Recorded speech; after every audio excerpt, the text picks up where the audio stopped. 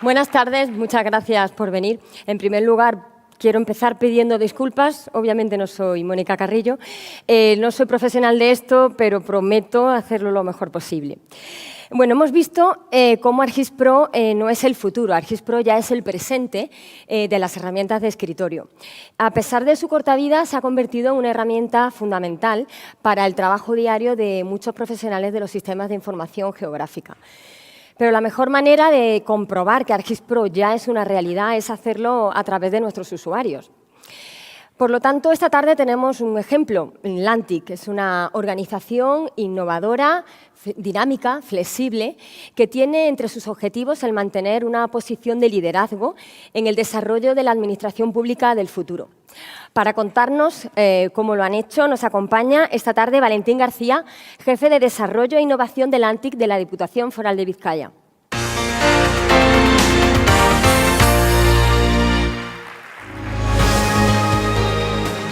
Bienvenido, Valentín. Bueno, pues yo me pasa como Paloma, tampoco soy un profesional de la comunicación y bueno, tengo que intentar contaros hoy en un tiempo muy breve, 8 o 10 minutos, procuraré que no sea más, ¿no? ¿Qué es lo que estamos haciendo desde hace unos 6 o 7 años allí en Vizcaya, en la Diputación Foral, ¿no? Con el ánimo, que aunque tal vez al principio os pueda parecer que os voy a hablar de cosas que no tienen mucho que ver con las excelentes presentaciones que llevamos viendo durante toda la mañana aquí y también ahora por la tarde, veréis como al final todo tiene un hilo conductor y acabamos viendo, ¿no?, que como resultado de esta profunda metamorfosis, bueno, pues que al final, tras un profundo proceso de transformación, nos ha cambiado totalmente, ¿no? En este siglo XXI, donde parece que lo único que no cambia es que todo cambia, pues veréis cómo al final, ¿no?, o intentaré por lo menos, ¿no?, que se ubique, ¿no?, qué es para nosotros ESRI y la importancia que tiene, ¿no?, de cara no ya al presente simplemente, ¿no?, sino también de cara probablemente a los próximos 25 años, ¿no? Ayudados por la crisis, hará unos 6-7 años, ¿no?, nos vimos animados a salir de nuestra zona de confort. Nosotros llevábamos trabajando de una manera determinada pues 40 años, desde que se recuperaron las instituciones públicas. Desde el principio habíamos trabajado con unos sistemas centrales, pues como los que pueda tener la banca o las compañías grandes, ¿no? Y ahora unos 25 así, con la aparición de las redes, de servidores y tal, ¿no?, pues bueno, nuestra infraestructura se complementó y se hizo un pequeño híbrido, ¿no?, con una parte que estaba orientada a los sistemas centrales y otra parte que estaba orientada a los sistemas distribuidos. En ambos casos, lo que utilizábamos para prestar servicio eran softwares propietarios. Tenéis aquí la foto. Veis como a la parte izquierda tenemos los sistemas distribuidos, veis como a la parte derecha tenemos los sistemas centrales y en cada uno de ellos, de manera disociada una de la otra, teníamos los repositorios de bases de datos, ¿no?, también basados en software propietarios. Y llevábamos así, como os digo, pues del orden de unos 40 años con los sistemas centrales y los últimos de ellos 25 complementados por los sistemas distribuidos, ¿no? Animados por la crisis, buscando la eficiencia, buscando poder aportar más valor a un coste menor, nos pusimos a reflexionar y empezamos a ver qué posibles soluciones teníamos de cara a alcanzar esos objetivos, ¿no? De esa reflexión, ¿no?, pues nos salió un plan de ataque, nos salió un plan de acciones que nos parecía que podíamos intentar de cara a conseguir un estadio mejor, que nos permitiera olvidarnos un poco de la plataforma que habíamos utilizado hasta ese momento, que tenía por supuesto sus ventajas y también sus inconvenientes, y construir una nueva plataforma más moderna, más del siglo XXI, más bimodal, de esto que dice Gartner, ¿no?, más dinámica, más flexible, con más cintura, más eficiente, como os decía, y que nos permitiera poner en valor un poco la propia infraestructura y las propias aplicaciones que hacíamos, ¿no? Así las cosas, empezamos a enredar y fuimos dando ciertos pasos que nos llevaron a una nueva fotografía que es bastante distinta a la que acabamos de ver, ¿no? Recordad que teníamos un cuadrado con 2 repositorios de bases de datos que estaban disociados, teníamos los sistemas distribuidos, los sistemas centrales, todo basado en software propietario. Bien, ¿cuál es la foto actual 7 años después? La foto actual es esta, es un triángulo, ¿de acuerdo? ¿Cuáles han sido las acciones que hemos hecho? Bueno, pues lo que teníamos en la zona inferior izquierda del cuadrado, que está aquí en la parte inferior, en el vértice inferior izquierdo del triángulo, eran los sistemas distribuidos. Continuamos con sistemas distribuidos, por supuesto con sus ventajas y sus inconvenientes también, ¿no? La gran diferencia es que antes estaban basados en software propietario y ahora están basados en open source, en software de fuentes abiertas empresarial. Sí que sigue permaneciendo alguna cosilla vertical, ¿no? que nos ha parecido que no merecía ni tan siquiera la pena migrar, ¿no? Y que bueno, pues irá prestando servicio mientras la vayamos amortizando y al final será sustituida. Pero os diría yo que el 80% o el 90% de los sistemas distribuidos hoy en día están basados en software de fuentes abiertas empresarial. Bien, es especialmente llamativo observar que el cuadrado se ha convertido en triángulo. Es importante esto porque ya solo manejamos un único repositorio de información. Antaño, con los sistemas distribuidos y los sistemas centrales, nos veíamos obligados a utilizar 2 sistemas distintos de gestión de base de datos. No es así ahora. Hemos eliminado uno de los 2 y exclusivamente tenemos ya un único sistema corporativo donde se alberga toda la colección de datos de todos los aplicativos que estamos utilizando. Bien, este sistema gestor de base de datos también está basado en software propietario a día de hoy. Y probablemente la parte más espectacular de todo el cambio sea lo que observábamos en la parte inferior derecha del cuadrado, en el vértice inferior derecho del triángulo. Recordad que en la diapo anterior ahí veíamos una máquina muy grande con terminales, ¿no? Bueno, pues hemos sustituido esa máquina grande, esos sistemas centrales, por un sistema distribuido. Recordad que en Vizcaya, ¿no? Al ser una diputación foral, que como sabéis es distinta a las diputaciones provinciales, pues tenemos muchas cosas que atender, tenemos muchas responsabilidades que atender. Tenemos pues, el tema de la acción social, por ejemplo, toda la gestión de las residencias. Tenemos el tema de la obra pública, de las carreteras, el planeamiento, el urbanismo, el medio ambiente, la promoción de la cultura, etcétera, muchas cosas, ¿no? Y probablemente la que más miedo nos daba para afrontar este cambio, porque fue la primera que pusimos a funcionar hace ya 40 años, era la Hacienda. Como sabéis, en los territorios del País Vasco no pagamos a la Hacienda del Estado, no pagamos a la agencia tributaria, pagamos a nuestras propias haciendas y luego estas haciendas aportan una cuota al gobierno vasco y el gobierno vasco aporta la cuota correspondiente a las arcas del Estado. Pero lo que es toda la gestión de los tributos, toda la recaudación, el control, la maquinaria antifraude, etcétera, es propia de cada una de las diputaciones forales, ¿no?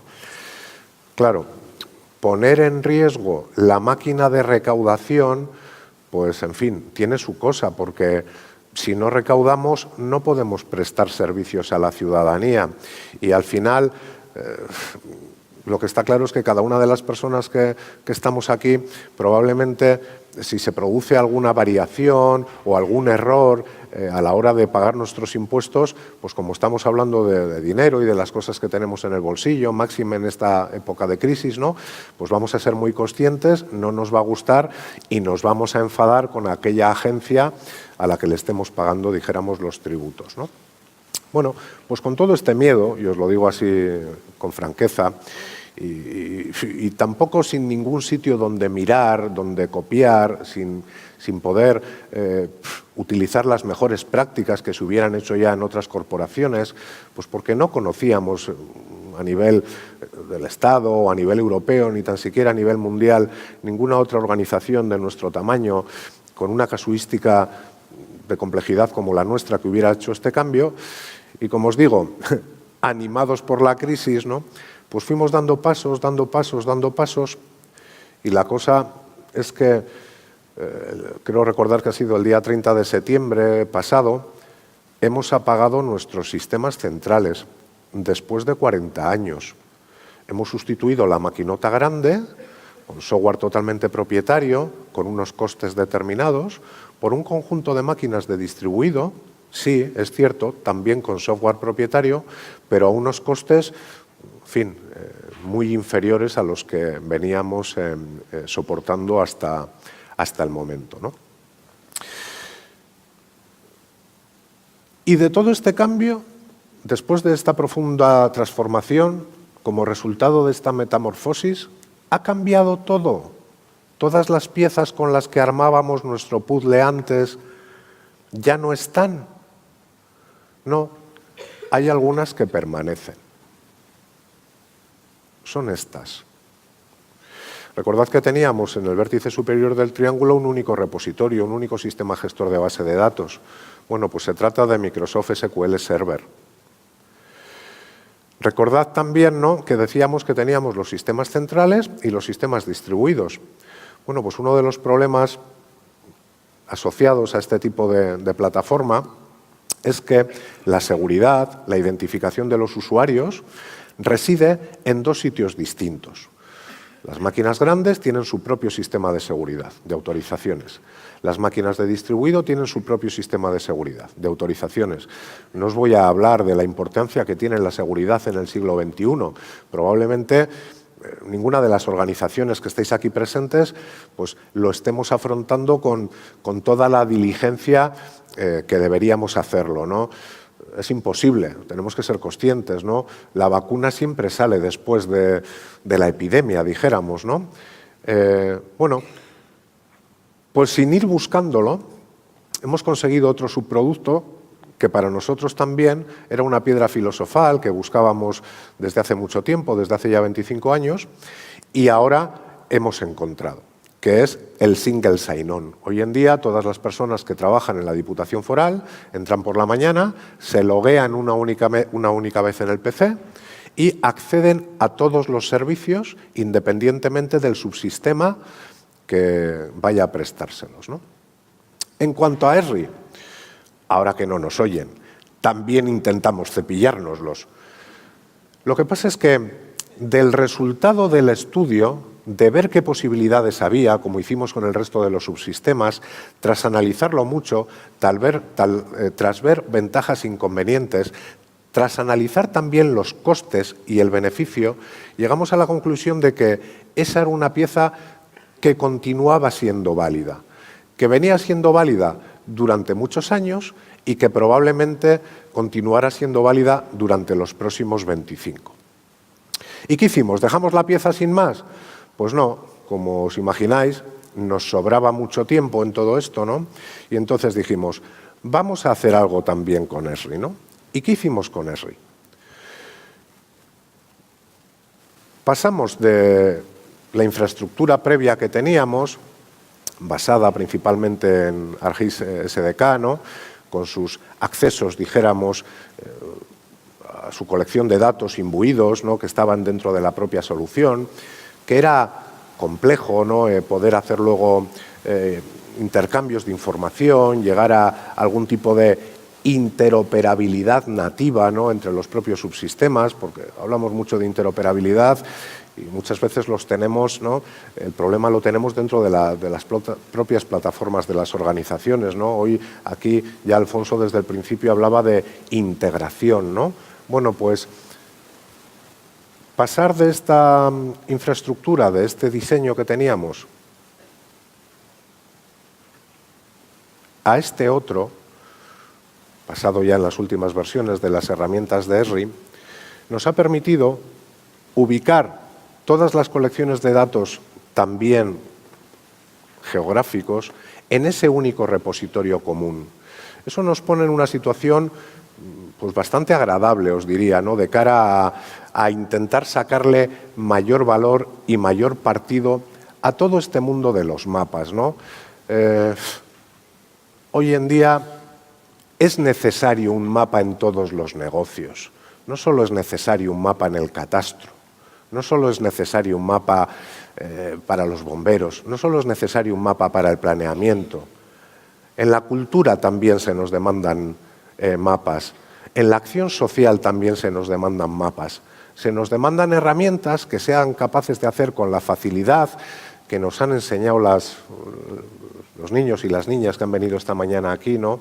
Que las propias personas usuarias de los sistemas puedan hacer cosas sobre ellos, ¿no? Desde este punto de vista, hay dos piezas en esta nueva infraestructura que nos parecen especialmente simpáticas, ¿no? Una de ellas es Portal. Una de las cosas que hemos hecho cuando hemos estado migrando todas las aplicaciones es pensar cómo queríamos que fueran nuestras aplicaciones en el futuro, ¿no? Hemos intentado hacer esto que viene a ser el lema de Cambridge, ¿no? Think out of the box, ¿no? Pensar en algo que, en fin, que no fuera lo tradicional, ¿no? Y nos hemos construido un escritorio propio. Nos hemos construido un escritorio tipo Windows, vamos a decir, sobre el que se ejecutan todas las nuevas aplicaciones, ¿no? Hacer esto en entornos propietarios cerrados, como pueda ser SAP, pues es algo muy complejo, prácticamente imposible.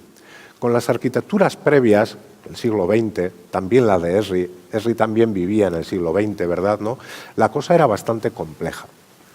Justo antes de venir aquí, ayer o antes de ayer, he estado viendo cómo sobre ese escritorio, en perfecta relación con aplicaciones de los negocios tradicionales de la propia Diputación, ¿no?, y utilizando servicios web, estamos dibujando mapas de una manera nativa, donde mostramos dentro de este escritorio los mapas que nos sirven, dijéramos, las tecnologías de GIS, junto con los aplicativos de gestión, ¿no?, partidos en la pantalla, todo muy cómodo para las personas usuarias, ¿no?, y ofreciendo un único interface, que siempre es el mismo, independientemente del negocio en el que estemos, de la propia Diputación, lo que también, como resultado, nos da una mayor facilidad de movilidad de las personas. Ya solo tienen que aprender un sistema, porque siempre funciona todo igual.